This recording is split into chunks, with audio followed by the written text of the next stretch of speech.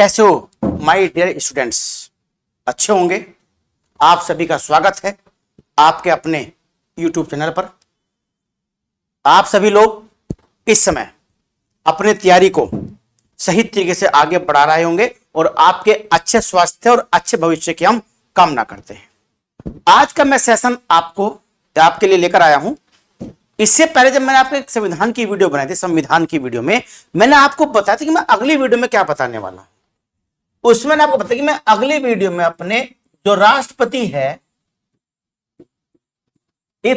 इस राष्ट्रपति के जो महत्वपूर्ण तथ्य हैं, महत्वपूर्ण तथ्य यानी फैक्ट्स, ये बताऊंगा आपको। ये तथ्य आपके स्टैटिक जीके में काम आने वाले हैं, हर एग्जाम में काम आने वाले हैं और सामान्य ज्ञान के लिए भी जरूरी है। तो केवल जो एग्जाम दे रहे हैं वही ना देखें, बल्कि दूसरे लोग भी इसे अपने ज्ञान को समृद्ध कर सकते हैं।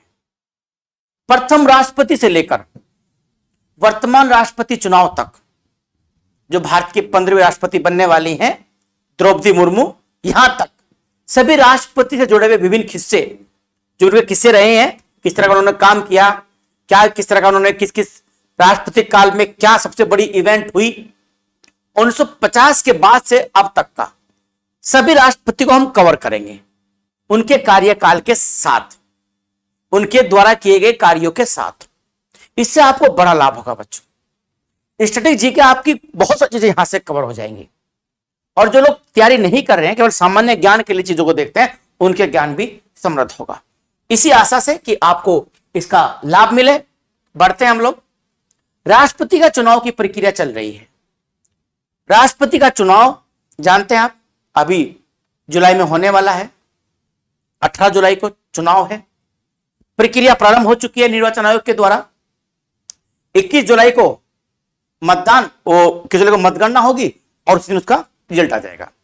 25 जुलाई को हमारा राष्ट्रपति शपथ लेगा, वो चाहे यशवंत सिन्हा हो या वो द्रौपदी मुर्मू।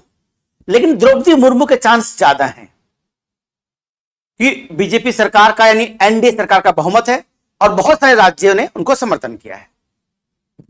तो यानी नेक्स्ट हमारा जो राष्ट्रपति बनेगा वो महिला राष्ट्रपति बनेगा, इसके चांस ज्यादा है।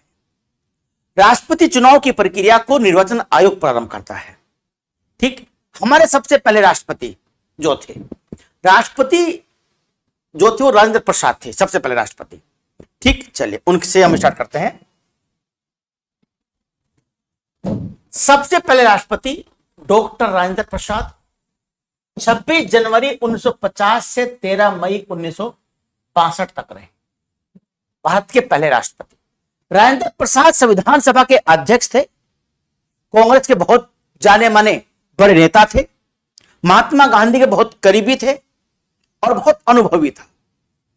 संविधान सभा के स्थायी अध्यक्ष बने तो 2 वर्ष 11 महीने 18 दिन का अध्यक्षता का अनुभव भी प्राप्त था।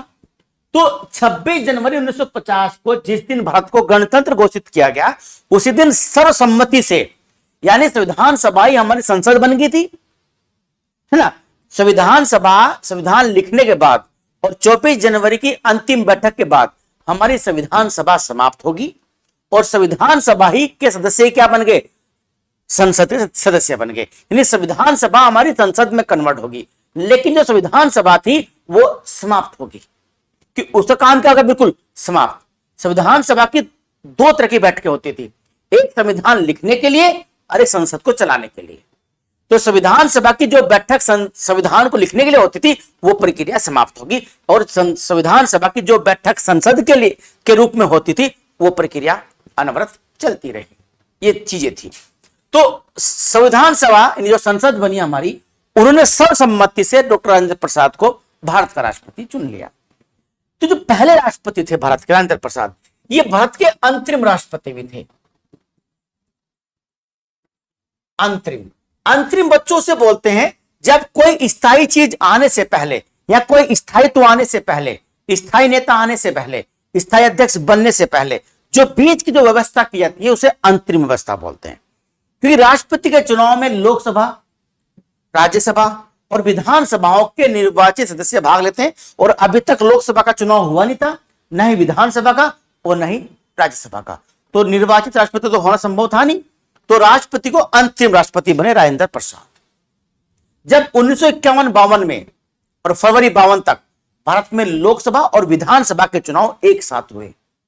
याद रहेगी बात, पहले 4 चुनाव भारत में लोकसभा विधानसभा के एक ही साथ होते थे, पहले चौथी लोकसभा तक। तो पहले चुनाव 1951-52 में जो हुए, फरवरी 52 में चुनाव समाप्त हुए, लोकसभा और विधानसभा के चुनाव एक साथ हुए।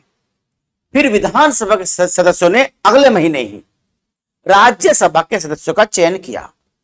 इस प्रकार से हमारे 3 सदन बन गए, लोकसभा भी, राज्यसभा भी और विधानसभा भी। इन तीनों ने मिलकर फिर मई में राष्ट्रपति का चुनाव किया और राष्ट्रपति बने राजेंद्र प्रसाद। और उन्होंने शपथ ली 13 मई को, उन्होंने शपथ ली थी 1952 में। 13 मई 1952 को राष्ट्रपति यानी निर्वाचित राष्ट्रपति जो थे ना हमारे, वो 13 मई 1952 में बने थे। उससे जो पहले राष्ट्रपति थे राजेंद्र प्रसाद, वो भारत के अंतरिम राष्ट्रपति थे।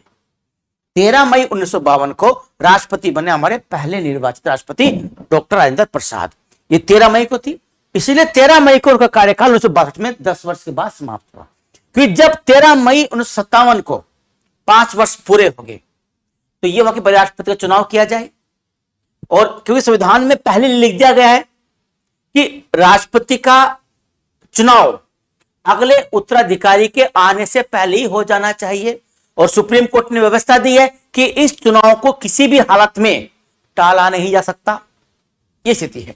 तो चुनाव, क्योंकि 13 मई को शपथ, देखो यहां भी 13 मई को शपथ ली, यहां भी 13 मई को शपथ ली, ये भी देखो 13 मई को शपथ ली। उसके बाद 13 मई तक इनका कार्यकाल रहा। फिर 13 मई को कार्यकाल किसका शुरू हुआ? जाकिर हुसैन का। पहले तीनों राष्ट्रपतियों ने जो शपथ ली वो 13 मई को ली। राजेंद्र प्रसाद ने जो निर्वाचित राष्ट्रपति रूप में शपथ ली, वो बच्चों 13 मई को ली थी, 13 मई को ली। इसीलिए 13 मई 1952 से उनका कार्यकाल 13 मई 1957 में 5 वर्ष पूरे हो गए थे। तो उनसे पहले जब उनके उत्तराधिकारी की तलाश हो रही थी कि कौन भारत का दूसरा राष्ट्रपति बने, तो राजेंद्र प्रसाद ने अपनी इच्छा जताई कि मैं एक कार्यकाल के लिए राष्ट्रपति बनना चाहता हूं। क्योंकि हमारे किसी भी अनुच्छेद में उल्लेख नहीं है कि एक व्यक्ति कितनी बार राष्ट्रपति बन सकता है, 2 बार बने, 3 बार बने, 4 बार बने या एक ही बार बने, ऐसा उल्लेख नहीं है। जबकि कई देशों में ऐसा उल्लेख है। अमेरिका में ऐसा उल्लेख है, पहले नहीं था, वहां पर भी अब है कि एक व्यक्ति 2 ही बार राष्ट्रपति रह सकता है बस। यानी 2 लगातार कार्यकाल, या एक कार्यकाल अब और एक कार्यकाल बाद में, यानी 2 ही कार्यकाल राष्ट्रपति रह सकता है कोई भी व्यक्ति। उसके बाद वो राष्ट्रपति का चुनाव नहीं लड़ सकता। हमारे यहां ऐसा प्रावधान नहीं है। तो राजेंद्र प्रसाद को दोबारा से राष्ट्रपति की इच्छा जब जागी कि हमको राष्ट्रपति दोबारा बना दो, तो जवाहरलाल नेहरू और राजेंद्र प्रसाद में थोड़ी ठनती थी। एक्चुअली वो दौर है जब हिंदू कोड बिल, हिंदू उत्तराधिकार अधिनियम और हिंदू विवाह अधिनियम के बारे में राजेंद्र प्रसाद और जवाहरलाल नेहरू की राय थोड़ा अलग अलग थी। दोनों की राय चीजों को लेकर अलग थी, सोच थोड़ी अलग थी, लेकिन फिर भी कभी भी प्रधानमंत्री और राष्ट्रपति का विवाद उस स्तर तक नहीं पहुंचा जहां पर हम यह कह सकें कि भारतीय लोकतंत्र या भारतीय विधायिका या भारतीय कार्यपालिका खतरे में है। ऐसा कभी नहीं हुआ, क्योंकि बहुत मैच्योर, बहुत परिपक्व स्तर की राजनीति ये लोग करते थे। तो 13 मई को शपथ ली, दोबारा राष्ट्रपति बने 1957 में।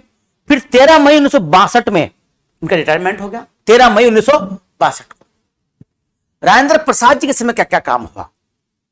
हिंदू विवाह अधिनियम बना, हिंदू उत्तराधिकार अधिनियम बना, जन प्रतिनिधि अधिनियम 1952 बना, भारत में पंचायती राज व्यवस्था लागू हुई, प्रथम प्रशासनिक सुधार आयोग बना, प्रथम केंद्र और राज्य आयोग बना, है ना, क्या इनमें संबंध कैसे होने चाहिए, राज्य पुनर्गठन आयोग बना।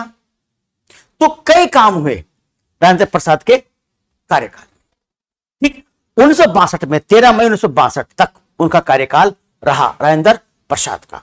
अब कौन आए? सर्वपल्ली राधाकृष्णन। ये भारतीय दार्शनिक थे, बहुत बड़े दार्शनिक हुए सर्वपल्ली राधाकृष्णन। दर्शन शास्त्र के ज्ञाता है, दर्शन के विद्यार्थी इनके बारे में पढ़ते हैं, इनकी फिलोसफी पढ़ते हैं। तो ये बने भारत के दूसरे राष्ट्रपति। शपथ किस दिन ली? 13 मई को शपथ ली 1962 को। इनके काल 1967 तक रहे, 67 तक। देखिए आप इनके काल में क्या क्या घटनाएं घटी। एक घटना तो बहुत महत्वपूर्ण है, भारत चीन युद्ध। भारत चीन युद्ध के समय राजेंद्र प्रसाद राष्ट्रपति थे, कि राजेंद्र प्रसाद मई में ही हट चुके थे और ये युद्ध शुरू हुआ था, भारत चीन का युद्ध 1962 में। किसमें? अक्टूबर में। तो डॉक्टर सर्वपल्ली राधाकृष्णन ही भारत के उस समय राष्ट्रपति थे, है ना, भारत चीन युद्ध के समय। जब पंडित जवाहरलाल नेहरू की मृत्यु हुई 64 में, तब भी राष्ट्रपति यही थे। कौन? सर्वपल्ली राधाकृष्णन। जब भारत पाकिस्तान का युद्ध हुआ 65 में, तब भी यही राष्ट्रपति थे। जब आपका उसके बाद वो बने प्रधानमंत्री लाल बहादुर शास्त्री, उनकी मृत्यु हुई, तब भी प्रधानमंत्री यही, वो राष्ट्रपति यही थे। जब इंदिरा गांधी प्रधानमंत्री बनी, तब भी राष्ट्रपति यही थे, सर्वपल्ली राधाकृष्णन। 1964 में जब भारत में बड़ा अकाल पड़ा, तब भी राष्ट्रपति यही थे। ठीक, तो राव सर्वपल्ली राधाकृष्णन भारत के दूसरे राष्ट्रपति हैं। ये भारत के दार्शनिक राष्ट्रपति हैं, फिलोसफर थे ये बहुत बड़े, ठीक है ना। तो ये रहे 62 से 1967 तक, पूरा 5 वर्ष कार्यकाल पूरा किया। फिर इनसे पूछा गया कि भाई साहब आप भी दोबारा बनना चाहते हैं क्या?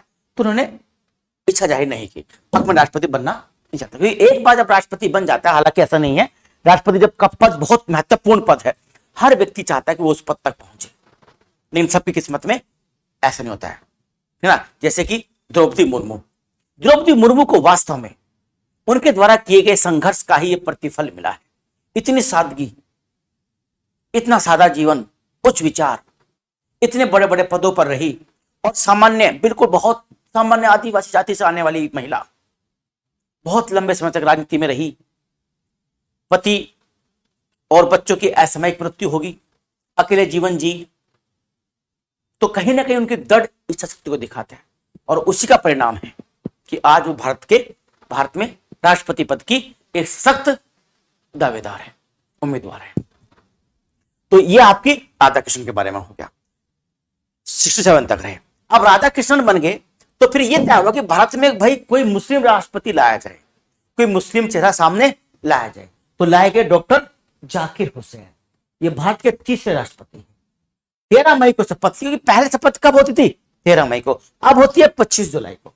13 मई 67 से 3 मई 1969 तक रहे, 69 तक रहे जाकिर हुसैन। लेकिन दिल्ली के अंदर एक सड़क दुर्घटना में इनकी मृत्यु होगी। याद है ना, एक क्वेश्चन पूछ चुका है, सड़क दुर्घटना में किस राष्ट्रपति की मृत्यु हुई? तो बच्चों आप याद रहेगा, सड़क दुर्घटना में डॉक्टर जाकिर हुसैन की मृत्यु हुई थी, रोड एक्सीडेंट में, 3 मई 1969 तक। तो 3 मई को जब इनकी मृत्यु होगी, और आप जानते हैं राष्ट्रपति का पद अगर आकस्मिक खाली हो जाता है तो तुरंत उपराष्ट्रपति राष्ट्रपति बन जाता है, कि देश के अंदर राज अंतराल पैदा ना हो। तो अगर हमारा राष्ट्रपति का पद अचानक खाली हो जाए तो ये एक मान्य तथ्य है कि उपराष्ट्रपति तुरंत भारत का राष्ट्रपति मान लिया जाएगा। जो वीवी गिरी थे वो भारत के राष्ट्रपति बन गए। कौन? वीवी गिरी। ये भारत के पहले कार्यवाहक राष्ट्रपति बने, श्रमिक आंदोलन से जुड़े हुए हैं। और वीवी गिरी के नाम से ही बच्चों उत्तर प्रदेश के नोएडा में एक पार्क भी है, बहुत बड़ा पार्क है वीवी गिरी के नाम से। ये श्रमिक आंदोलन यानी मजदूर यूनियन से जुड़े हुए नेता थे वीवी गिरी। 3 मई 1969 को गद्दी पर बैठे, 20 जुलाई 1969 तक रहे। लगभग कितने महीने रहे? बस 2 ही तो महीने रहे, लगभग 2-2.5 महीने। तो आखिर ऐसा क्या हुआ कि 2-2.5 महीने कार्यवाहक राष्ट्रपति रहे? थोड़ा चलते हैं इतिहास में। बात 1969 की हो रही है, 1969 की।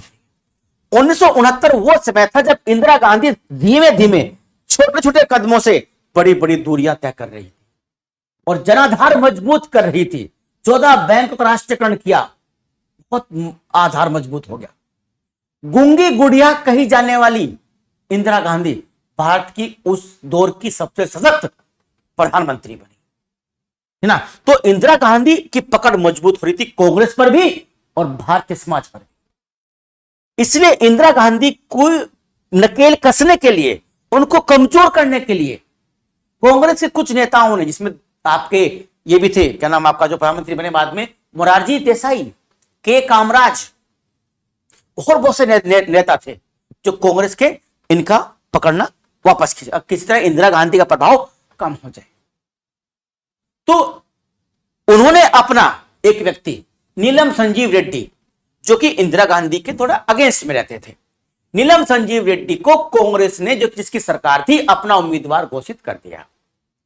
जब कार्यवाहक राष्ट्रपति कौन थे? वीवी गिरी थे, कि हमारे जो राष्ट्रपति होगा, कांग्रेस ने घोषित कर दिया। नहीं, एक प्रकार से कांग्रेस पार्टी ने यह कह दिया कि जैसे ना आप जानते हैं बीजेपी के जो राष्ट्रीय अध्यक्ष हैं जेपी नड्डा, उन्होंने तो घोषणा करी है द्रौपदी मुर्मू की, और वो घोषणा करते हुए द्रौपदी मुर्मू बनेगी। अब प्रधानमंत्री कहते हैं नहीं मोदी जी, अगर नहीं भाई हमने मानते तेरी बात, हम तो मायावती जी को बनाएंगे, या हम तो उनको बनाएंगे, हम तो उनको बनाएंगे।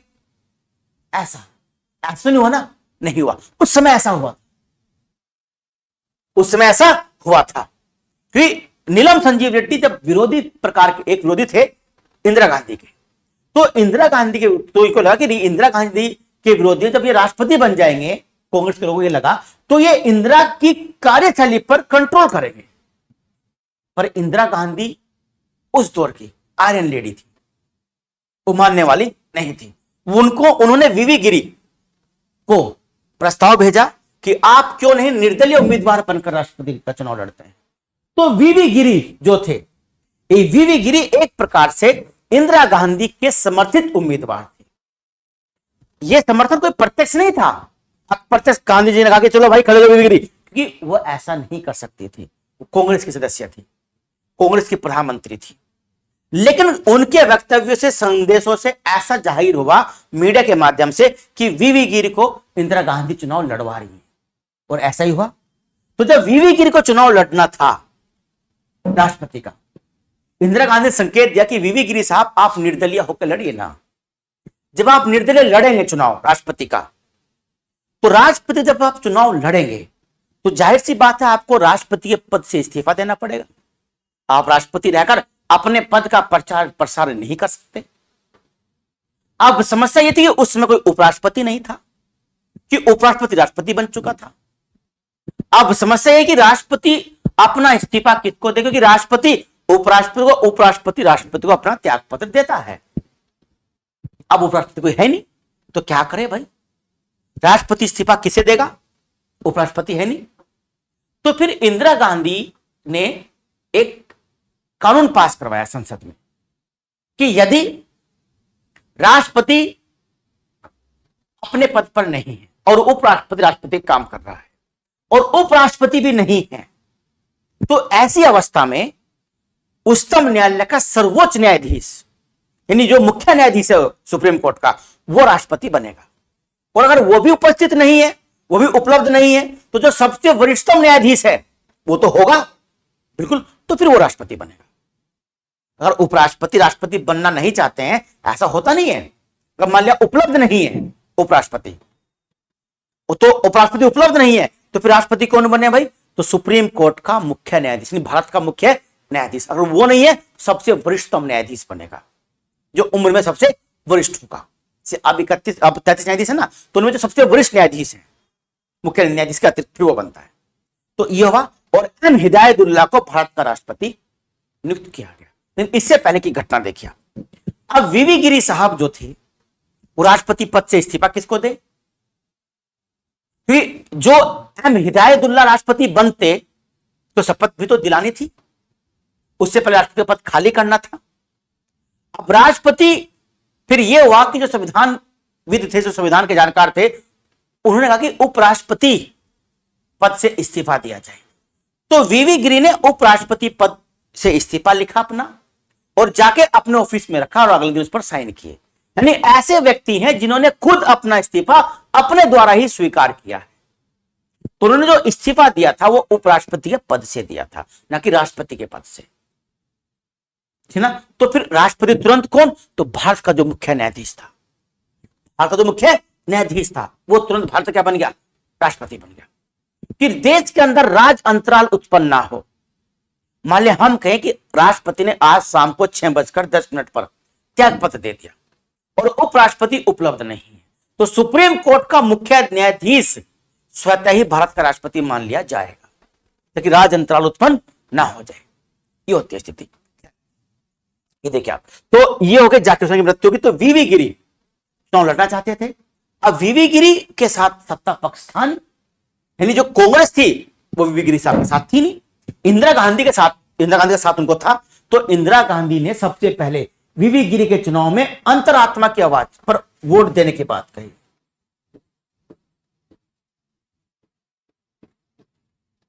किस पर? अंतरात्मा, कि आपकी जो अंतरात्मा कहती है उसके आधार पर वोट दीजिए।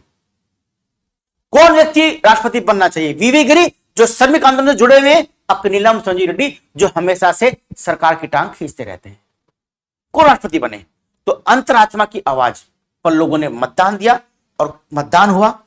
और इसी चुनाव के दौरान दूसरे दौर की मतगणना हुई कि पहले दौर की मतगणना में 50+1 जो कोटा होता है वो पूरा वीवी गिरी नहीं कर पाए। वीवी गिरी आगे तो थे पर कोटा पूरा नहीं कर पाए। इसे दूसरे दौर की मतगणना हुई, तब वीवी गिरी सबसे कम अंतर 50 पॉइंट कितना है वो 50.27 या 28 कितना है, यही है, यानी 50 दशमलव कुछ के अंतर से ही वीवी गिरी चुनाव जीते। सबसे कम अंतर से चुनाव जीतने वाले व्यक्ति आज तक के राष्ट्रपति चुनाव में वीवी गिरी है।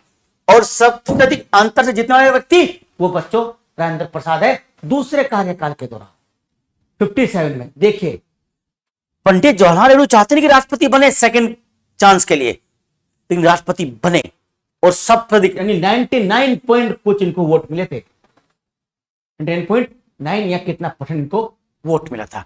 इतना वोट आज तक किसी राष्ट्रपति को चुनाव में नहीं मिला जितना राजेंद्र प्रसाद को अपने दूसरे कार्यकाल के दौरान हुए चुनाव में मिला था। वही सबसे कम किसको मिला? वीवी गिरी को मिला। किसको मिला? वीवी गिरी को। तो वीवी गिरी बनके भारत के राष्ट्रपति कब से कब तक किए? ये तो देखो, ये तो लिखा है ना आपको, ये तो रहे थे केवल कार्यवाहक राष्ट्रपति, भारत के पहले कार्यवाहक राष्ट्रपति थे। ये हिदायतुल्लाह रहे बीच में कार्यवाहक दूसरे। ये कब तक रहे? 20 जुलाई से 24 अगस्त तक, ये लगभग 1 महीना राष्ट्रपति रहे। कौन? हिदायतुल्लाह। अब उनके समय कौन आ गया? अब पूर्णकालिक आ गया राष्ट्रपति। कौन? वीवी गिरी। 24 अगस्त से 24 अगस्त 1974 तक वीवी गिरी भारत के राष्ट्रपति बने। ऐसे व्यक्ति जो भारत के कार्यवाहक राष्ट्रपति भी रहे और राष्ट्रपति भी रहे, श्रमिक आंदोलन से जुड़े रहे। ठीक, चलिए 69 से 74 के बीच, 69 से 74 के बीच कब की बात है? 24 अगस्त की बात है। कब की बात है? 20 जुलाई। हिदायतुल्लाह थे। और आपसे पूछे बैंकों का राष्ट्रीयकरण, बैंकों का राष्ट्रीयकरण जो 14 बैंक थे वो किस राष्ट्रपति के समय हुए? वो डेट कौन सी है? वो डेट 19 जुलाई 1969 की डेट है। उसमें कौन से राष्ट्रपति ध्यान रखना बच्चों? वो हिदायतुल्लाह राष्ट्रपति थे। जब बैंकों का राष्ट्रीयकरण हुआ था तो एम हिदायतुल्लाह भारत के राष्ट्रपति थे, जब 14 बैंकों का राष्ट्रीयकरण हुआ था। ठीक, अब देखो वीवी गिरी बात। 70 जब भारत पाकिस्तान का दूसरा युद्ध हुआ बांग्लादेश अलग बनाने के लिए, तो उसमें राष्ट्रपति कौन थे? वीवी गिरी थे। यानी जो दूसरी राष्ट्रीय आपातकाल भारत में लगी वो वीवी गिरी के समय लगी 1974 में। 24 अगस्त 1974 की बात है। प्रथम परमाणु परीक्षण ऑपरेशन लाफिंग बुद्धा, प्रथम परमाणु परीक्षण ऑपरेशन लाफिंग बुद्धा मई 1974 में, 1974 में। तो कौन है राष्ट्रपति? वीवी गिरी। कौन है? वीवी गिरी राष्ट्रपति है। तो मई 1974 में राष्ट्रपति कौन थे? वीवी गिरी थे। याद रहेगी बात। जब प्रथम पोखरण हुआ, ऑपरेशन लाफिंग बुद्धा हुआ, तब राष्ट्रपति हमारे वीवी गिरी थे। जब दूसरा होगा तो अलग। तो वीवी गिरी के समय एक तो याद रखिए, एक भारत पाकिस्तान का जो युद्ध हुआ है ना, जो युद्ध था बांग्लादेश अलग जो बना था, उसके समय कौन थे राष्ट्रपति? वीवी गिरी थे। पहली राष्ट्रीय जो आपात लगी थी वो राधा कृष्णन के समय लगेगी ना, जब राष्ट्रपति वही थे भारत चीन युद्ध के समय।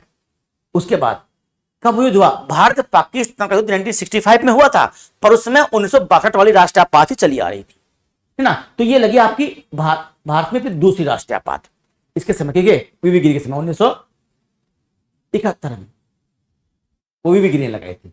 1974 तक की बात है। चलिए, इसके बाद फिर कौन बने? नेक्स्ट दूसरे मुस्लिम राष्ट्रपति फखरुद्दीन अली अहमद। 24 अगस्त, देखो पहले 13 मई और फिर कौन सी 24 अगस्त चल रही है, अब 25 जुलाई चल रही है।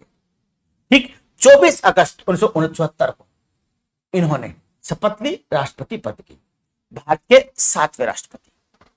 अगर हम कार्यवाहक को शामिल ना करें तो 5वें राष्ट्रपति। एम हिदायतुल्लाह कार्यवाहक रहे, वीवी गिरी एक बार कार्यवाहक रहे। तो वैसे तो कौन से राष्ट्रपति भारत के? 5वें राष्ट्रपति। कार्यवाहक शामिल करो तो 7वें राष्ट्रपति और भारत के दूसरे मुस्लिम राष्ट्रपति। लेकिन दुर्भाग्य से इनकी मृत्यु भी कार्यकाल के दौरान बीमारी से हो गई। किससे? बीमारी से। ये 24 अगस्त ये मरे 11 फरवरी 1977। अब इनकी मृत्यु होगी। अब मृत्यु के तुरंत बाद कौन? उपराष्ट्रपति बीडी जत्ती, भारत के तीसरे कार्यवाहक राष्ट्रपति। तीसरे कार्यवाहक राष्ट्रपति कौन? बीडी जत्ती। ये तुरंत गद्दी पर बैठे। कब? देखो उस दिन बैठे ना करती है कि राज अंतराल उत्पन्न होना चाहिए, सेम डेट सेम समय। ये मान लिया जाता है कि उपराष्ट्रपति तुरंत क्या मान लिया गया? राष्ट्रपति मान लेगा। उपराष्ट्रपति नहीं है तो भारत का मुख्य न्यायाधीश। तो 11 फरवरी 1970 से कब तक रहे ये कार्यवाहक राष्ट्रपति थे? ये 25 जुलाई तक रहे। 25 जुलाई तक कि 25 जुलाई में नीलम संजीव रेड्डी आ जाएंगे। ये भारतीय कार्यवाहक राष्ट्रपति थे, तीसरे कार्यवाहक राष्ट्रपति।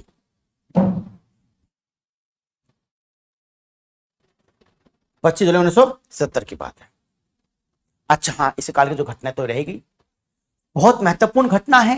प्रथम वो तीसरा राष्ट्रीय आपात और शांति के आधार पर लगाया गया प्रथम राष्ट्रीय आपात फखरुद्दीन अली अहमद जी ने ही लगवाया था। यही थे इंदिरा गांधी के पक्षकार।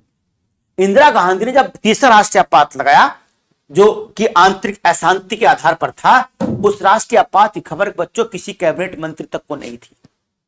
सबको अखबार से पता चला, अरे सुबह अरे इमरजेंसी लग गई, पता ही नहीं था हमको, तो क्या हो गया।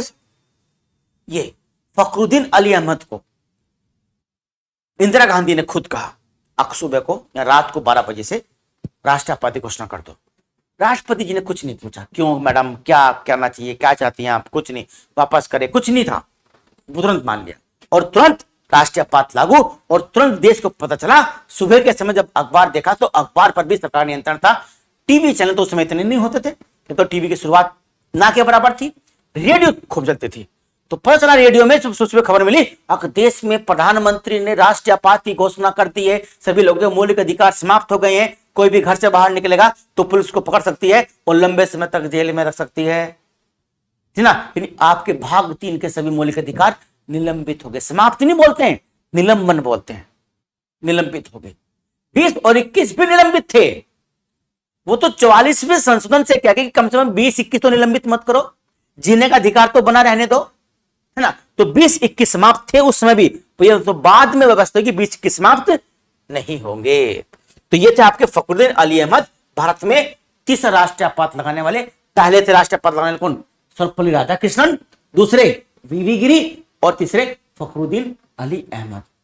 इन तीनों ने भारत में राष्ट्रीय आपात की घोषणा की है प्रधानमंत्री सलाह के बाद। चलिए ये बड़ी जत्ती हो गए। नेक्स्ट नीलम संजीव रेड्डी। नीलम संजीव रेड्डी, नीलम संजीव रेड्डी कब बने थे? 25 जुलाई 1977 को बने थे। और इसमें बच्चों जनता पार्टी की सरकार थी। किसकी? जनता पार्टी की सरकार थी। कांग्रेस बहुमत में नहीं थी, कांग्रेस विपक्ष में थी और कांग्रेस की हालत बहुत खराब थी उस दौर में। जैसे आज नहीं स्थिति वैसी उस दौर में स्थिति थी। तो इंदिरा गांधी थी, अकरासतल से कांग्रेस को निकाल कर ले आई, पर आज ऐसी कोई इंदिरा गांधी नहीं है। प्रियंका गांधी को भी दूसरी इंदिरा गांधी कहते थे, पर फुस साबित हो गई है। फुसरा वाला बम वो हो गया है ना। बोलते ना गुरु भाई को हराने के लिए पहले गुरु कितना तो बनो। तो मोदी को अगर आपको पछाड़ना है तो पहले मोदी कितनी सोच, मोदी कितनी अग्रदृष्टि, मोदी कितनी चीजें, मोदी कितनी दृढ़ शक्ति लानी पड़ेगी, तब आप उनसे मुकाबला कर सकते हो। आप रसतल में रहोगे तो रसतल में ही बने रहोगे। कांग्रेस में क्यों नहीं ऐसे युवा को लेकर आते हो जो तेज तर्रार हो, दुनियादारी की बातें जानता हो, भाषण जानता हो, जोश जिसके अंदर, उसे क्यों नहीं लाते आप कांग्रेस के अंदर? पता नहीं, सब खत्म। चलिए कि अच्छे लोकतंत्र की विशेषता विपक्ष का होना होता है। वही मैच्योर और परिपक्व लोकतंत्र होता है जहां विपक्ष अपनी भूमिका अच्छी निभाता हो और मजबूत विपक्ष हो, ताकि लोकतंत्र में सरकारें बहुत जल्दी तानाशाह को रोक लेती है। ये मैंने बिस्मार्क ने बहुत पहले कहा था।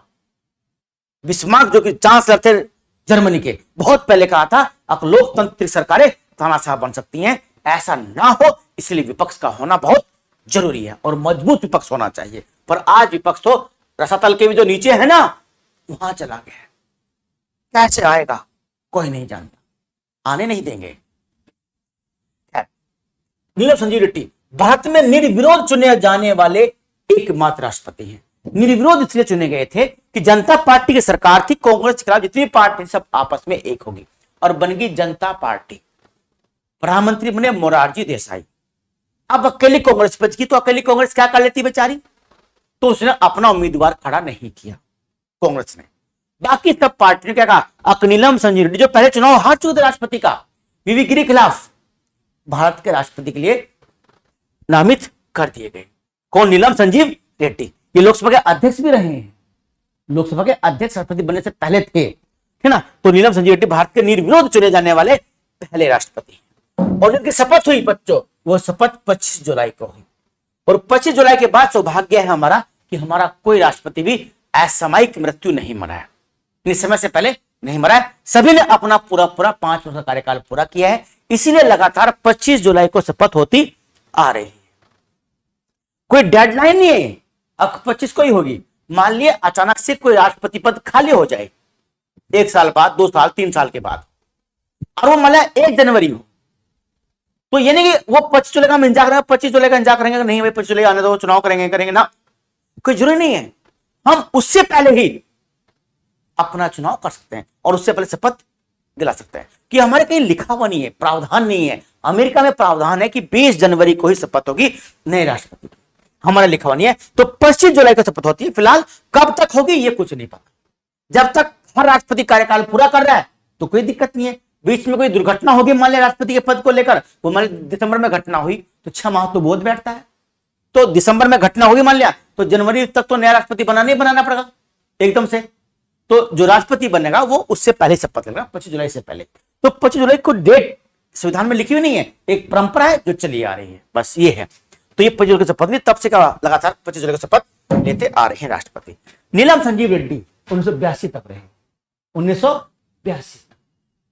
इनके काल में मोरारजी देसाई प्रधानमंत्री बने, फिर चौधरी चरण सिंह बने, और 80 में बनी फिर दोबारा इंदिरा गांधी जी भारत की प्रधानमंत्री बनी नीलम संजीव रेड्डी के समय। ठीक, जो भारत में पंचवर्षीय योजना है उनको समाप्त करके अनवरत प्लान लाने का काल भी किनका था? नीलम संजीव रेड्डी का काल था। कब से कब तक? 77 से 82 तक। जो भारत का 44वां संशोधन है, कौन सा? 44वां संशोधन, 44वां संशोधन है, वो बच्चों 1978 का है, 78 का। कौन हो गया राष्ट्रपति 78 में? नीलम संजीव रेड्डी। जो 42वां है वो तो वैसे कल मैंने आपको बताया था अपने जी के वाले में, 42 के समय फखरुद्दीन अली अहमद, 76 में था 42वां वो थे। तो नीलम संजीव रेड्डी थे 1982 तक भारत के राष्ट्रपति। बच्चों ये रहे हैं, याद रहेगी बात, ये भारत के राष्ट्रपति निर्विरोध चुने गए थे नीलम संजीव रेड्डी। बस उसके बाद फिर कौन बने राष्ट्रपति? ज्ञानी जैल सिंह भारत के 10वें राष्ट्रपति बने। 2 कम कर लोगे, 3 कम कर लोगे तो 7वें राष्ट्रपति हो जाए, क्योंकि कार्यवाहक को हटा दो, तीसरे वो हो जाए 7वें। 25 जुलाई से 1982 कब तक बने? 1980 तक। इनके काल में कई घटनाएं घटी। एक तो भारत के पहले अनपढ़ राष्ट्रपति, इनकी औपचारिक शिक्षा कहीं नहीं, अनौपचारिक तरीके से पढ़े लिखे है ना। औपचारिक लोग से क्या थे? पढ़े लिखे थे। इनकी शिक्षा उस तरीके से होती जैसे शिक्षा होती है औपचारिक तरीके से। ज्ञानी जैल सिंह भारत के पहले अनपढ़ राष्ट्रपति कहे जाते हैं। इनके काल में इंदिरा गांधी की मृत्यु हुई थी और संबंध इनके राजीव गांधी से ठीक नहीं रहे। कल मैंने आपको बताया था जीके वाली क्लास में, छठी जीके में, कि इन्होंने भारत में पहली बार पॉकेट वीटो का प्रयोग किया था। किसका बच्चों? पॉकेट वीटो का प्रयोग यानी जैल सिंह ने राजीव गांधी के समय 1960 तक। चलिए ये 10 तक मैंने आपको बता दिया है।